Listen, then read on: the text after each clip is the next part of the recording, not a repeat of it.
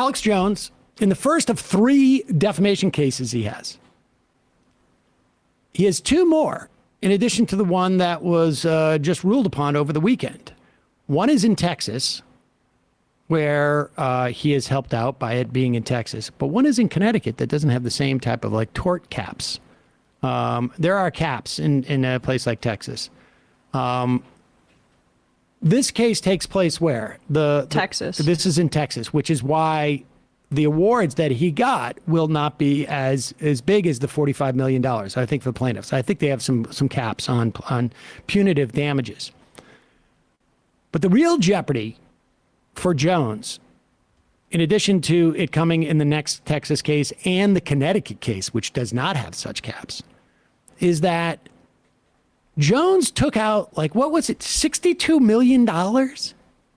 Is that what I said earlier? Yeah, from the ATM. He withdrew $62 million from, this is according to, where is this? This is according to this piece of the AP. Was that before or after he tried to declare bankruptcy as a way to Oddly enough, it was just before. Huh. Records show, this is Bernard Pettingill. He was one of the experts that the plaintiffs brought in to show his value.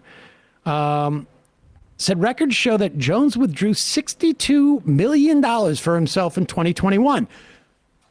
I'm not going to judge who amongst us has not gone out. Find yourself strapped for cash. You go, maybe you take out a little bit more than you want at the ATM. Yeah. How do you even withdraw that much? Can I see a teller, please? You have to withdraw to another account, I assume.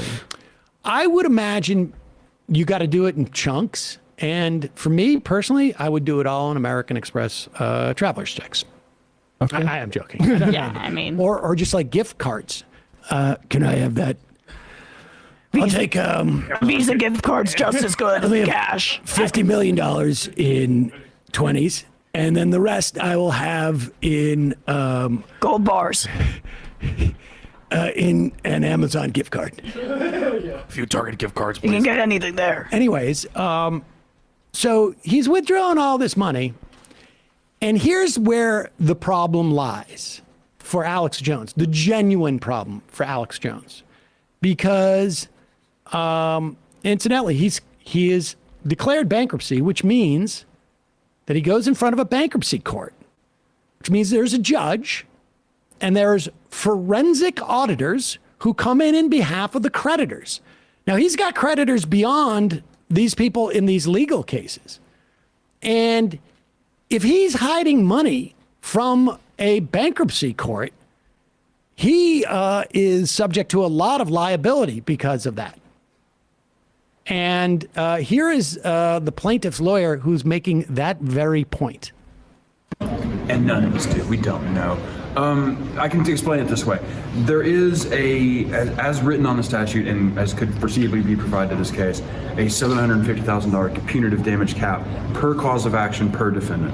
Well, there's 3 causes of action, 2 defendants per. Ultimately adds up to there would be a practical cap if the statute is applied. It's written at something like $4.5 million. But we don't think that that's how this is all going to play out because, like I say, we have a litigible ability to challenge that cap on due process grounds. Much stronger than the claim that's currently going up to the Supreme Court on that MedMal case. We have a default judgment with presumed damages, and the constitutionality of that is super suspect. But the important part of that is we're not going to be spending 2 years going up to the Texas Supreme Court or whatever. Nobody's going to waste their money doing that. We're going to this bankruptcy court.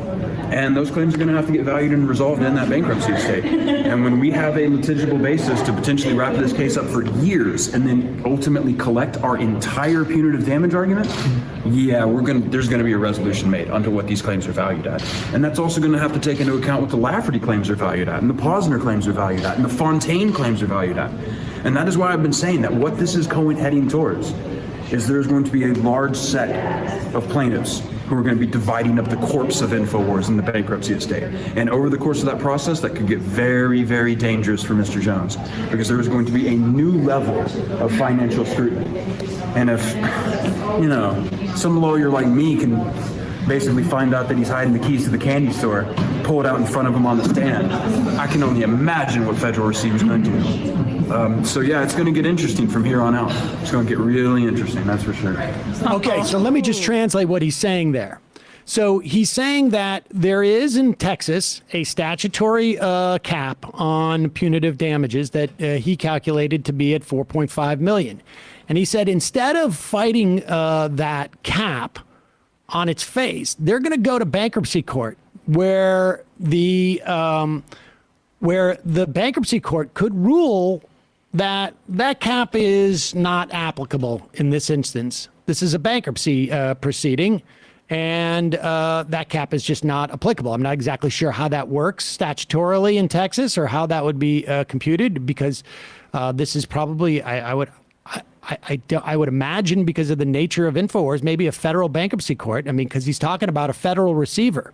The federal receiver is the one who's out there who's representing the creditors. The creditors will be all of the people who have claims against Jones after all the cases, but also, you know, the dude who owned like the server farm where InfoWars was, or the guy who delivered the water to the offices, or whatever it is, maybe the landlord. I mean, we don't know. But this federal receiver, again, like I say, comes in as a basically forensic auditor and is going to tear through all of the machinations. And unless Alex Jones was incredibly savvy, like beyond savvy, in the way that he hid all this money, he could be in big trouble.